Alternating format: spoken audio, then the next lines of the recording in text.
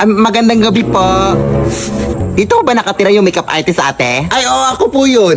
Ikaw ba yung nag-chat sa akin sa messenger? Ay, yes, ako po yun. Magpapamakeup sana ako sa UT kasi aatin ako ng Dibo mamaya alas 8. Sige, pasok kaya. Baka malate ka pa, day. Kasi parang matagal-tagal pa itong gawin, oh.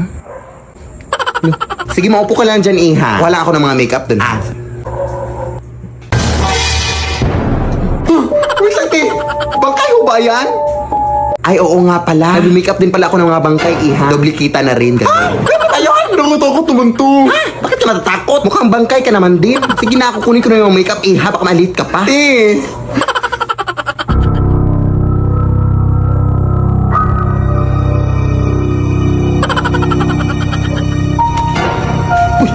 Te, yung bangkay, tinahulog. Nakalis na nga.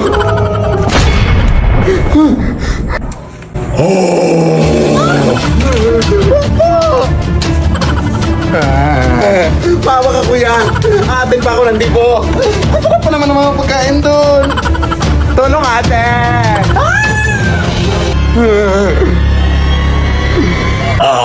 Lead me, Lord. Anak, iwasan mo nang tumanggap ng mga bagay na bigay ng mga tao, anak, ha? Kasi balita ko madami-dami na din mga nabibiktima sa mga kulam at mga gayuma dahil sa mga bigay-bigay na yan, anak. Kaya huwag ka nang tumanggap ng mga kahit ano, ha? Mapadamit ma yan, mapa-cellphone. Basta wag. Sige, na. Sino yan?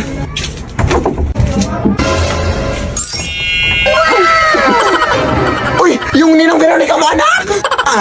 Kamusta ka, Mare? Nakauwi mo lang ba galing ibang bansa? Oo, Mare. Kanina lang. Medyo matagal-tagal na din akong hindi nakabalik dito no mga 10 years na. Ay, actually, mabilis lang ako dito, Mare. Magbibigay lang sana ako ng onting tulong dito sa inaanak ko. Kailangan talaga namin yan, Mare. Paano ka nga dito, anak? Ano ba? Parang lumakas tong anak mo, Mare, ha? Pero bakit parang lumakas din yung amoy? Oh, hindi ko na to papatagalin pa. Oh, ito 10K. Ay, hindi na po. Huwag na.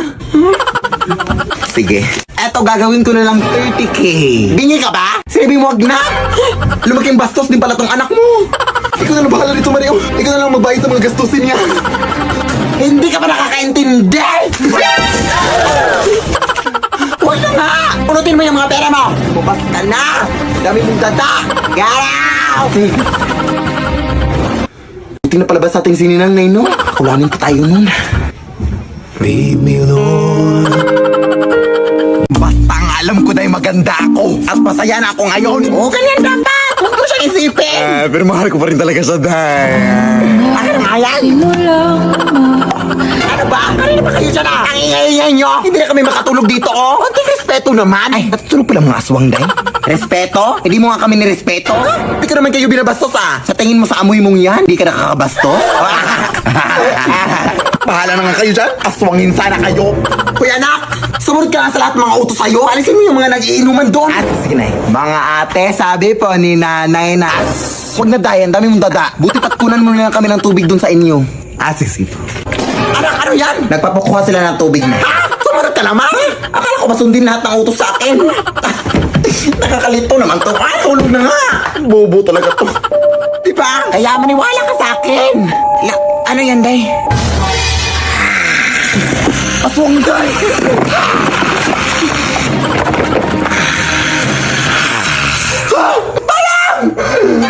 Nagawa mo po talaga matakot kaysa magpasalamat, Day. Ang galing. Alis na nga. Mas nakakatakot ka pang tignan kaysa sa akin. Uy. Anak! Ito na yung bagong una na pinapabili mo. Akala ko ba bago na? Bakit amoy luma? Ay, nabili ko pala yan dun sa may nagtitindang matandaan na. Sabi niya, unan daw yan ang yumaon niyang asawa. Bakit ba doon ka bumili? Kaya pala amoy gurang. Okay lang yan, uy. Ano pa bang magagawa natin, yan lang afford ko. At dadapuan mo lang yan naman ang mga balakubak mo. Kaya huwag ka na maarte dyan. Ay! Makatulog na nga lang.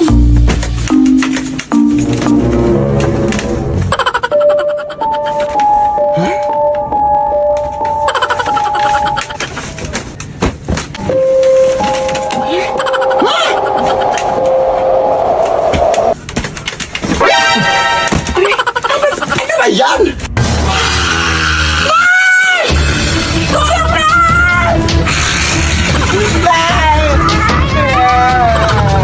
Lead me, Lord. Ano yung ingay dito? Lead me, me by the hand.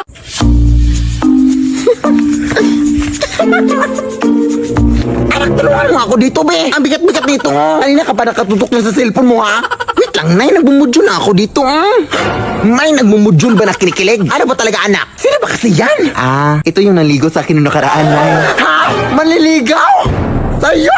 Uy, tumahimik ka, Nay. Tulong yung mga kapitbahay natin, uy. Sorry. Kulat lang kasi ako, anak. Natik na ako atigin sa puso. Ay, niligaw pa rin ba sa'yo kahit punong-puno na ng libang yung katawan mo? Siguraduhin mo na niligaw yan sa'yo, anak, ha? Baka naman tinatanong ka lang niya kung ano yung sabon na ginagamit mo, anak, para hindi niya magamit. Grabe ka naman, Nay. Akin na nga yan. Ang dami mo ng mga masasakit sinabi. Ay, sorry, nak. Anis lang kasi ako, eh. Tara na. Hala!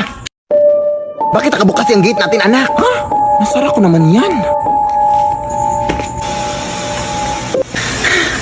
Ano ba yung ingay dito? Hoy, sino ka?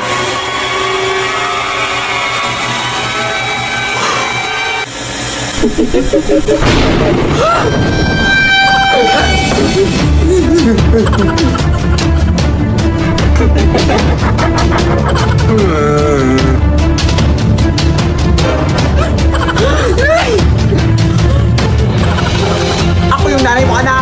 Ha? Hindi! Ako yung nanay mo, anak. Huh? Alam ko kung saan ka nag-aaral, anak. Saan? Sa paaralan. Ha? Tama! Ikaw!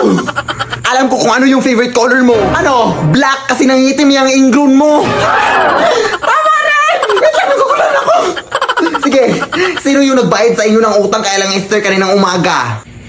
Ikaw? Ito yung nanay ko, hindi nagbabayad ng utang nanay ko. Wait lang, Nan. Dito na muna siguro tayo sa labas magpapalipas ng gabi natin, anak. Baka bukas ang umaga mawawala na sila dyan sa loob. Sige na. Papahinga ka na lang muna dito sa braso ko. Pang hindi naman ata ako makakatulog dyan sa lakas ng putok mo, anak. Ay, sorry, Nay. Dito na lang sa likod ko na yung... Ay, umaga na, Nay. Pasukin na natin ta. Ito ko na lang muna sa labas na pasukin ko na lang doon. Nasabihan lang kita. Sige na.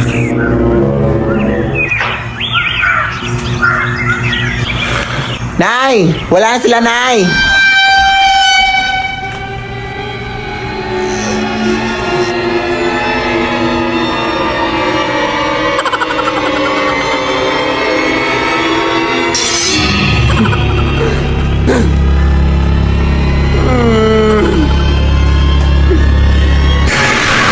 Lead me, Lord.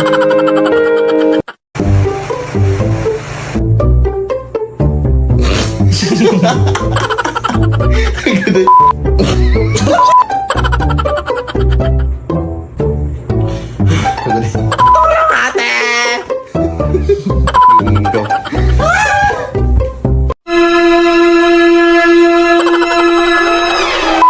Ang sarap pa naman ng mga pagkain doon.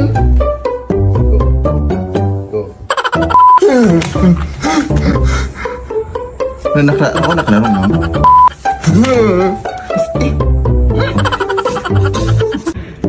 Sabi niya unan daw yan ng umayo daw. Sabi niya unan daw yan ng yumaon ng suda. Ano yan ingay dito? Ala!